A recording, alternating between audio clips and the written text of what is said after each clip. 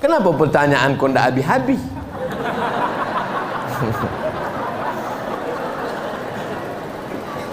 Bagaimana pendapat Ustadz tentang seorang haji yang membanggakan gelar hajinya? Oh, kau nampaknya memancing-mancing Ambo. Ambo kenapa nak ditulis haji? Ustadz Abdul Somad, tulislah godang-godang ha. Syahadat, salat, zakat, puasa, haji. Yang ditulis apa? Haji. Ada orang salat, ada ditulis salat Abdul Somad. Puasa ada tulis P Abdul Somad. Haji kenapa? Karena haji biayanya mahal. Punya duit banyak, belum tentu berangkat. Saya tak tahu Indragiri Hulu. Kalau Pekanbaru, store ONA 2017 berangkat 2031. Malaikat maut datang 2030. Duit ada, badan sehat, waktu tak ada. Badan sehat, waktu ada, duit tak ada. Saking besarnya hati, maka ditulisnya lah haji di situ. Menulis haji bukan cuma tradisi orang Indonesia. Di Mesir pakai haji, di Maroko pakai haji. Bahkan di Mesir itu bukan cuma yang haji, asal tua panggil haji. Ya hak, haji, haji, haji. Haji, haji, asal tua, penghormatan. Yang sudah haji memang haji, yang belum haji mudah-mudahan menjadi doa. Tapi menjadi angkuh dan sombong gara-gara haji, maka sesungguhnya dia belum mendapatkan hakikat haji. Karena hakikat haji adalah meninggalkan angkuh dan sombong. Karena orang haji sudah pakai pakaian orang mati. Orang haji sudah merasakan miniatur padang mahsyar di padang Arafah. Sehelai di bawah, sehelai di atas bagi laki-laki. Pakaiannya pakaian kematian. Orang yang haji sudah melontar jumrah ula, jumrah usta, jumrah aqabah, melontar setan. Orang yang sudah haji sudah melunturkan semua keangkuhan, kesombongan, atribut. Semua baju dilepaskan. Jas lepas, dasi lepas, baju kebesaran lepas, baju kehormatan, baju PNS, baju polisi, baju tentara, baju pejabat lepas. Maka kalau ada haji balik sombong angkuh. Dulu sebelum haji mau diundang datang ke rumah. Sekarang kalau tidak ditulis hanya 3 biji tidak mau datang. Ini haji mardud, bukan haji mabrur. Haji mabrur adalah haji yang ada perubahan. Dulu sebelum berangkat haji pelit. Setelah berangkat haji, Masya Allah, asal lewat kota Enfak, berapa? 2.500.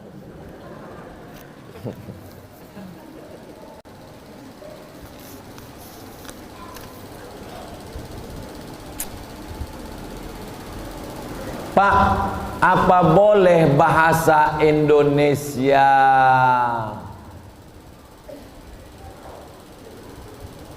Apa katanya? Pak, apa boleh bahasa Indonesia?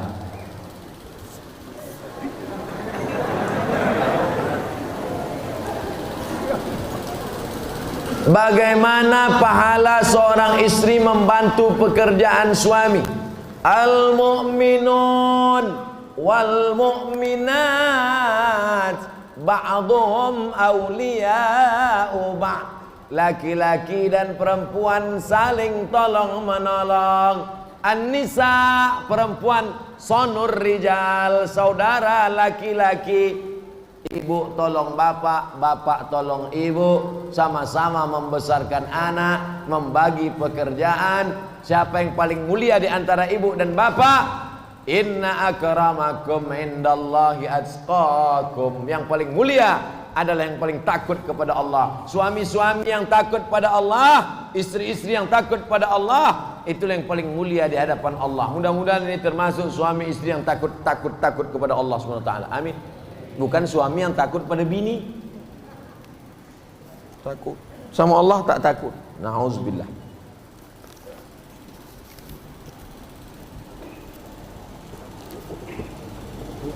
Hah? Intinya dia pakai bahasa Indonesia. Oh, Apa boleh bahasa Indonesia berdoa? Solat tak boleh pakai bahasa Indonesia. Solat dari takbir sampai salam tak boleh bahasa Indonesia. Allah gede banget. Tak boleh. Allah nan gadang bana. Allah bose taek. Tak boleh. Golak. Tak boleh. Allahu Akbar sampai salam. Salam tu pun tak boleh diubah pakai bahasa lain. Peace be upon you, all my brother. Tak boleh. Adapun doa, nanti Bapak Ibu kalau poi haji, mudah-mudahan nanlah poi balik dan belum poi bangkit haji insyaallah. Amin. Cuba mereka dokek Kaabah, cuba dengan orang-orang berdoa di samping Kaabah. Hamba suka tu pergi. Macam-macam doa. Air kadang-kadang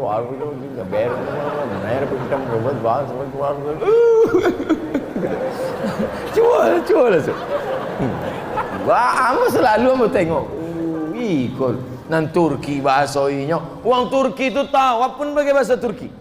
Orang India tu lagi. Langsung nonton Kabikaci Kabigam. Jadi doa tu yang pakai bahasa Arab itu cuma ompek cuma yang pakai bahasa Arab. A'udzubillahi minasyaitonir rajim. Bismillahirrahmanirrahim. Alhamdulillahi rabbil alamin. Wassalatu wassalamu ala asyrafil anbiya'i wal mursalin. A'udzubillah, bismillah, alhamdulillah, sholawat. A'udzubillah, bismillah, alhamdulillah, sholawat. A'udzubillah, bismillah, alhamdulillah, sholawat. Macam iklan. Sisanya pakai bahasa Indo. Ya Allah, anak hamba sekolah di Pekanbaru jangan sampainya tertipu, jangan sampainya pacaran, jangan sampainya di lampu merah kono tabrak, jangan sampainya ditangkap razia, jangan sampainya habis kalau dari ambil ATM ditepuk orang bahunya, tatap mata saya, tatap mata saya. Entah doa apa doa. Pak Ustaz, tapi saya kalau bahasa Indonesia itu kok rasanya ya urah usuk. Iko ya Allah, bojone wis perang-perang dinorong teko. Piye iki ya Allah, wis ngalor ngidul kok ora intuk. Entah. Iko banyak mana minta kan anak pertama lomba laki, anak kedua lomba bini, anak ketiga baca rai pulau. Entah. Cuma kalau doa itu sifatnya pribadi jangan kuat-kuat. Apa doa awal? Allah ente mau tahu aja. Wa na'lamu ma tuwaswisu bihi nafsuh. Kami tahu apa yang berbisik-bisik dalam hatimu. Jangankan yang kau cakapkan, yang berbisik dalam hatimu pun kami tahu. Kalau memang Allah tahu apa yang berbisik, kenapa perlu kita cakapkan? Untuk menguatkan hati kita. Ya Allah, pupuklah mahal, sawit jatuh trek pun. Bukan Allah tidak tahu, Allah tahu. Cuma menguatkan hati awak. Itu kunci doa. Orang yang tak mau berdoa sombong. Ini banyak yang tak mau berdoa ni. Assalamualaikum warahmatullahi wabarakatuh. Assalamualaikum warahmatullahi wabarakatuh. Balik. Kau anggap pun tak berdoa. Lama aja belum dapik, tambah lah. Apa kau? Berdoa. Minta sama Allah SWT. Kau ada Allah, imam berdoanya santai belakang. Berdoa angkat tangan. Kau santai. Dia apa santai? Terserah oleh Allah. Dapik-dapik, tidak apa-apa. Mana pula bisa.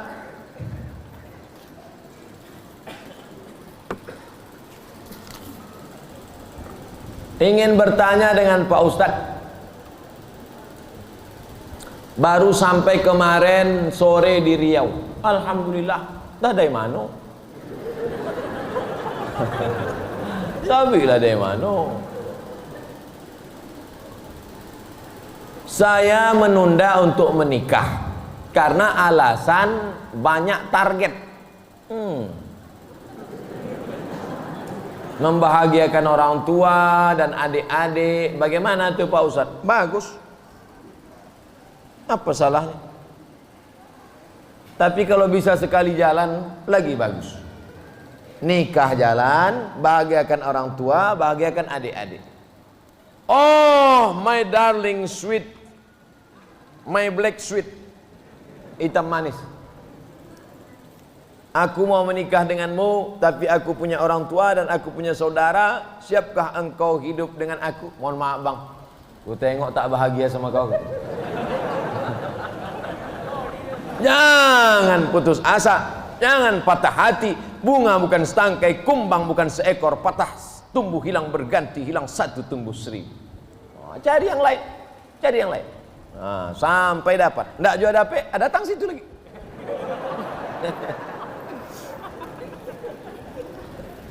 Jodoh itu rezeki apa tak rezeki? Rezeki. Jodoh itu rezeki apa tak rezeki? Rezeki. Kalau rezeki dijamin Allah apa tak dijamin Allah? Jamin. Kenapa cemas? Kenapa takut? Jadi kalau ada orang takut cemas tentang jodohnya, berarti dia tak mengatakan jodoh itu rezeki, berarti dia tak mengatakan itu diatur Allah. Rusak akidahnya kepada Allah. Kalau rezeki, apakah air di depan ini rezeki untuk Abdul Somad? Apa bukan rezeki? Rezeki. Apakah ini air ini ditakdirkan untuk Abdul Somad atau tidak takdir Allah? Takdir Allah. Tapi ahlu sunnah wal jamaah mengatakan ada ikhtiar al-kasbu, berusaha.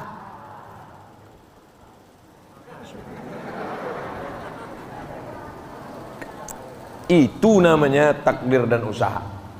Ini jodoh, ini ikhtiar usaha untuk mendapatkannya, bukan ditengok mengango.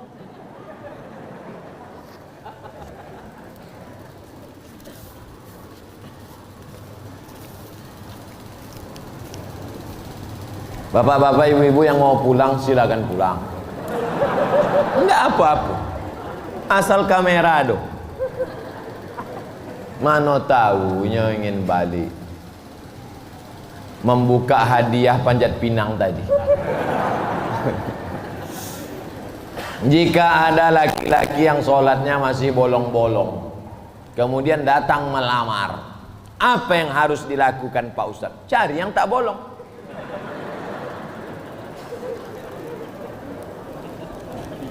Ada yang bolong, ada yang tak bolong. Awam boleh celana, boleh celana. Ada yang bolong, ada yang tak bolong. Mana awak pilih? Yang tak bolong. Apa pilih yang bolong? Ada bolongnya 3, ada bolong 2. Mana awak pilih? Bolong 2. Mana yang paling sikit mudaratnya? Itu awak pilih. Tapi insya Allah orang Simpang Kelayang ini tak ada yang sholatnya bolong-bolong. Tinggal banyak.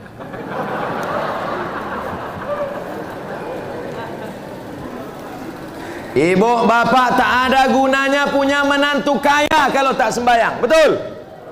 Ibu bapak tak ada gunanya punya menantu pejabat kalau tidak menyembah Allah Subhanahu wa taala. Sedang Allah saja tak dia muliakan, apalagi mertuanya.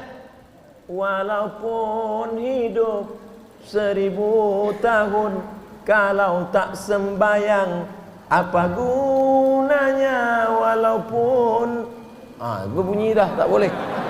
Hebat masjid Simpang Kelayang. Ibu, kalau laki ibu tak sembahyang, besok pagi sambil membuat teh, itulah lagunya. Sepohon kayu daunnya rimbun,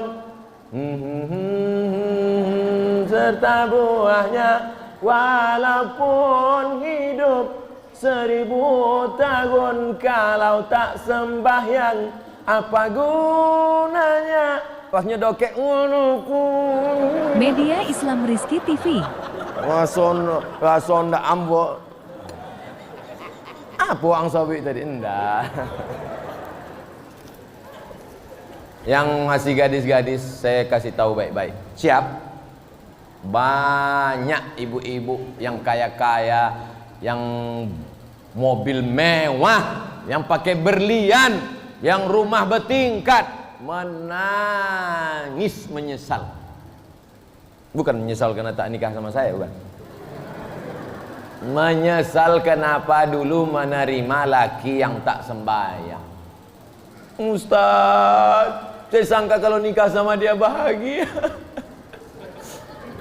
Gimana rasanya, Bu? Macam tidur sama babi hutan.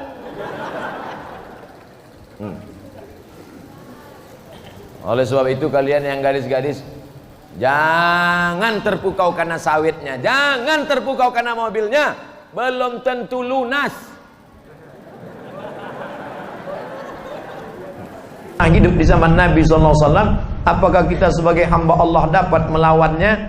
Dajjal, kata Nabi SAW, dalam solat kita selalu minta 6 kali, dalam solat 5 kali. Allahumma inni a'udzubika min azabi jahannam, wa min azabil qabri, wa min fitnatil mahya wal mamat, wa min syarri fitnatil masihid. Kenapa ada Al-Masih di belakangnya? Al-Masih Isa, Al-Masih Dajjal. Karena bentuknya sama macam Al-Masih Isa, tapi dia Dajjal yang palsu. Ini HP Samsung, iya. Ini yang palsu, Samsung Dajjal. Ini kamera Sony, iya. Ini Sony yang palsu, Sony Dajjal namanya. Jadi Dajjal itu artinya palsu. Al-Masih asli, Al-Masih Isa. Allahumma inni a'udzubika min azabi jahannam wa min azabil qabri wa min fitnatil mahya wa min syarri fitnatil masih Dajjal. Nabi menengok rambutnya basah, keriting, turun air, macam pas macam Isa. Ketika nanti dia tunjuk langit, ya sama imtiri, hai langit turun hujan, turun hujan. Ya ardi umbuti, hai tanah tumbuh tanaman, tumbuh tanaman. Ada orang mati ditunjuknya, ya mayat qum, hai mayat qum, tegak, bangun engkau. Mayat itu pun tegak berdiri, persis macam Nabi Isa. Tapi bedanya apa? Benar kata dia, batil. Batil kata dia, benar. Siapa yang selamat waktu itu? Cara menyelamatkan diri dari Dajjal adalah pertama, membaca surat Al-Kahfi malam Jumat. Baca Kahfi malam Jumat. Yang kedua, hafal pangkal Al-Kahfi 10 ayat, ujung Al-Kahfi. Lalu kemudian sebelum salam, Allahumma inni a'udzubika min adzabi jahannam wa min adzabil qabri wa min fitnatil mahya wal mamat wa min syarri fitnatil masihid dajjal. Sekarang Pak Ustaz, Dajjal itu sudah keluar atau belum? Cucu cicitnya sudah mulai keluar. Dajjal yang golongan A2A, 3A, 4C sudah keluar. Tapi yang asli yang 4E itu belum lagi. Dan kita minta andai dia keluar, kita selamat dari fitnah Dajjal insyaallah. Amin. Apakah boleh kita makmum ke orang yang tak semazhab dengan kita? Contohnya imamnya Hanafi, kita Syafi'i. Karena Ustadz di masjid kami bilang tidak sah solatnya. Tolong tunjukkan rujukannya Pak Ustadz. Kalau Ustadz ini mengatakan tidak sah solat beda mazhab, maka semua jamaah Batam yang ada di Masjidil Haram tidak sah solatnya. Karena orang Batam mazhabnya Syafi'i, sedangkan imam Masjidil Haram Syekh Abdurrahman Sudes mazhabnya Hambali. Saya tinggal di Maroko 2 tahun. Maroko itu mazhabnya Maliki. Berarti sholat saya 2 tahun itu mesti saya gantilah. Maka buka buku 37 masalah populer dalam masalah mazhab, sholat beda mazhab, maka sholatnya sah. Imam Syafi'i bermakmum kepada mazhab Hanafi ketika beliau berada di Irak. Kampung Imam Hanafi namanya Kufah. Imam Hanafi meninggal tahun 150 di Kufah. Imam Syafi'i selama di Kufah bermakmum kepada mazhab Hanafi. Saya tak fanatik terhadap mazhab. Idza qanatal imamu faqanata. Kalau saya sholat subuh di masjid, mazhab saya Hambali, imamnya mazhab Syafi'i, imamnya berkunut. Bagaimana sikap saya, Syekh? Kata Syekh Ibnu Utsaimin di Saudi Arabia, kalau imammu berkunut, angkat tangan kau ucapkan amin. Allahumma hdina fi man hadain, amin. Wa'afina fi man afait, amin. Wa tawallana fi man tawallait, amin. Wa barik lana fi ma a'tait, amin. Wa qina bi rahmatika syarra ma qadait, amin. sisanya tak diaminkan. Karena sisanya itu bukan doa, tapi sana. Fa innaka taqdi wa la yuqda 'alaik. Kayak yang hafal ikut. Fa innaka taqdi wa la yuqda 'alaik wa innahu la yadhillu man walait wa la yu'izzu man adait. Tabarakta rabbana wa ta'ala. Falakal hamdu 'ala ma qadait. Nastaghfiruka wa natubu ilaik. Wa sallallahu ala sayyidina Muhammadin nabiyil ummi wa ala alihi washabihi wa baraka wa sallam. Yang tak hafal gerakkan aja. Idza qanatal imamu faqanata wa illa fala. Kalau imammu berkunut maka kau ikut berkunut. Kalau imammu tak berkunut, jangan kau buat kunut sendirian di belakang. Selama ini saya makan haram biarpun sikit. Hah? Setelah mendengar ceramah Ustadz, saya mau berubah, nggak akan makan haram lagi. Mantap. Mantap. Kalau andai dia kirim ke WA, saya kasih 3 jempol. Apakah masih ada efeknya nanti kepada anak-anak saya, Pak Ustadz? Illa man taba. Siapa yang taubat? Wa amana, beriman. Wa amila amalan salihah, beramal soleh. Taubat, beriman, beramal soleh. Ulaika yubaddilullahu sayyiatihim hasanat. Diganti Allah yang buruk-buruk dulu menjadi yang baik-baik. Mudah-mudahan kita termasuk yang itu insyaallah. Saudaraku, yang kau sudah azam taubat, diganti Allah yang buruk-buruk dulu menjadi yang baik. Malam ini kau ambil wudu, kau sholat tahajud, kau menangis bersimpuh bertasbih. Astagfirullahaladzim, astagfirullah, astagfirullahaladzim. Kenapa bang menangis bang? Itulah tak kau kasih juga aku nikah lagi. Sangka minta ampun mau mendosa. Itu juga yang mau. Saya Hadi dari Papua Barat. Jauh. Tepatnya di Raja Ampat. Saya mau bertanya Ustadz, bagaimana cara bertaubat dengan fulus? Hah? Oh tulus. 2 pula dikasihnya F sangka. Rukun taubat. Pertama, an-nadamu fil qalbi, menyesal dalam hati. Menyesal. Yang kedua, al-iqraru bil lisani, dengan lidah. Astaghfirullahalazim. Agak panjang. Astaghfirullahalazim alladzi la ilaha illa huwal hayyul qayyum wa atubu ilaih.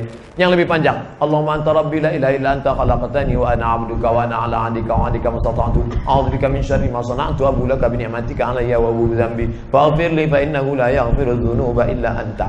Tak hafal saya Pak Ustaz, cari di Google.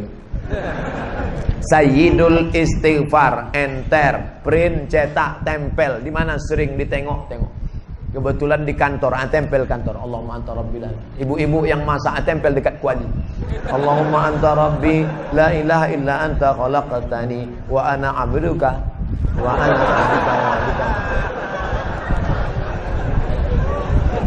Al-iqraru bil lisan, an-nadam bil qalbi, menyesal dalam hati. Al-iqraru bil lisan dinyatakan dengan lidah. Al-itmaru alla ya'uda ilaihi abadan, bertekad kuat tidak akan balik kepada perbuatan ini. Istighfar. Ayolah bro, kita ke karaoke malam ini. Tidak. Aku kalau sudah kukatakan taubat kepada Allah, sekalipun ke karaoke ini, tidak, sekali tidak. Kami yang bayar. Ayolah.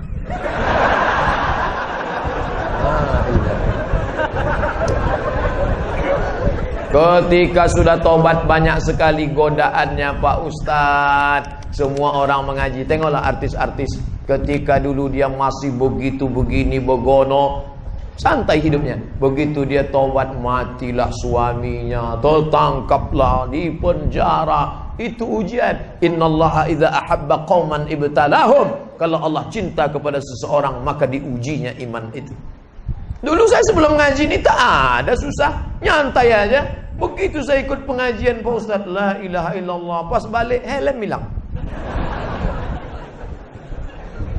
Sabar saudaraku, karena ujian itu hanya akan menghapuskan dosa-dosamu di masa yang lalu. La yusibul mu'min min nasabin wala wasabin wala saqamin wala syaukin yastakuha. Sakit, gundah gulana, kehilangan, sampai duri yang menusuk tapak kakimu. Allah menghapuskan segala dosa-dosamu di masa yang lalu. Mana ada dosa saya?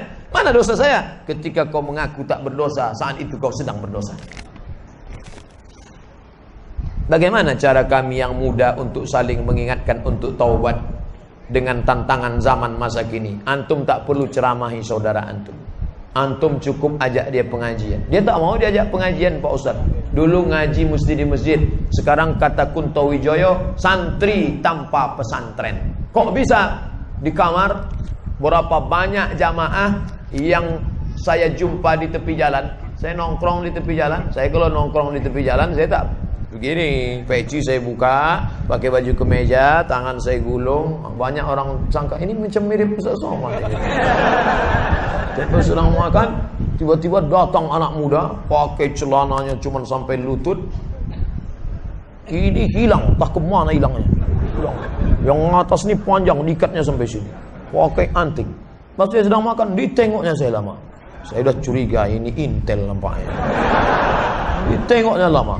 Udah lama-lama mendekat, dia disalaminya saya. Ustaz, saya sering nengok video Ustaz. Ternyata mereka tak ke masjid, tapi mulai mendengar. Saya yakin mereka akan merubah. Kirimkan. Aku tak suka lah ceramah Ustaz Somad itu. Aku lebih suka ceramah Buya Yahya. Dia pakai sorban, pakai jubah 2 lapis. Itu style, dia suka dia. Jangan paksakan mesti ikut Ustaz kita. Aku sukanya Ustaz yang janggut panjang-panjang lah, kata dia. Dia serah, itu pintunya saja. Yang penting dia menuju kebaikan jalan Allah Subhanahu wa taala. Nah, jadi jangan balik dari sini kalian kumpulkan kawan-kawan. Sini kawan-kawan. Assalamualaikum warahmatullahi wabarakatuh. Tak bisa gitu. Kawan-kawan itu bukan dia respect, malah lucu ente gitu. Usulkan ke ketua masjid, Pak Ketua Masjid, ini kan di lingkungan kita ini banyak anak-anak muda. Sementara, jadi lidahnya lidah ketua masjid yang dipakai. Dekati Pak RW, dekati Pak RT. Pak RW, Pak RT, gimana kalau subuh Ahad nanti kita buat pengajian? Anak muda kita undang ustadznya. Boleh kata Pak RW, kata Pak RT. Aku pun anakku ni pusing, aku nengok dia tak pernah sholat subuh. Nah, acaranya apa kita buat? Pelatihan mandi jenazah, Pak. Oh, jangan. Latihan mandi jenazah mahal itu modalnya, kata Pak RW. Kita nanti beli bonekanya lagi. Berapa harga boneka untuk mandi? Tenang aja Pak RW, itu usah pakai boneka. Anak Pak RW itu kita mandikan. Apa boleh seorang suami menikah lagi tanpa sepengetahuan istri pertama? Poligami diam-diam. Apa hukumnya dalam Islam dan bagaimana pandangan Islam? 2 saya jelaskan. Pertama pandangan negara, yang kedua pandangan agama. Menurut pandangan agama Islam, sah nikah kalau cukup rukun dan syarat. Ada mahar, ada ijab, ada qabul, ada wali, ada 2 orang saksi. Aku nikahkan engkau dengan anakku dengan mahar seperangkat alat salat dan sebentuk cincin emas tunai. Sah. Tak ada syarat izin istri pertama menurut hukum fikih. Tapi menurut hukum Republik Indonesia tidak sah nikah kecuali izin istri pertama. Maka siapa yang mau poligami, mintalah istri membuat surat pernyataan ditandatangani matre 6.000. Saya yang bertanda tangan di bawah ini, dengan ini tidak ada keterpaksaan bahwa saya ridho dan setuju bahwa suami saya menikah sekali lagi. Setelah itu dibawalah kertas tadi ke pengadilan. Nanti pengadilan akan memanggil istri, memanggil suami. Lalu ditanyanya, hai ibu istri pertama, ya benarkah ini surat tanda tangan ibu? Betul Pak Hakim. Apakah selama ini tidak ada masalah dalam rumah tangga ibu? Tak ada Pak Hakim. Jadi intinya ibu setuju ya setuju. Cepatlah pukulkan palu dulu. Kalau bisa jangan ke meja tuh, kepala suami saya ini pukulkan. Maka kata Pak Hakim dengan ini sah. Maka dengan ini sah. Lalu dengan modal secari kertas tadi, maka menikahlah dia. Kalau tidak, maka istri pertama bisa menuntut ke pengadilan. Nah, itu dia. Di Batam saya tak tahu di mana kantor. Kalau di Pekanbaru nanti saya tunjukkan kantornya. Apakah nikah muda itu salah? Nikah muda bagus. Saya menyesal nikah udah tua. Kalau tahulah saya nikah muda itu baik, begitu habis sunat nikah langsung. Untuk menghindari zina Pak Ustadz, disuruh nikah tapi belum siap. Saya baru pulang dari Mesir seminggu yang lalu.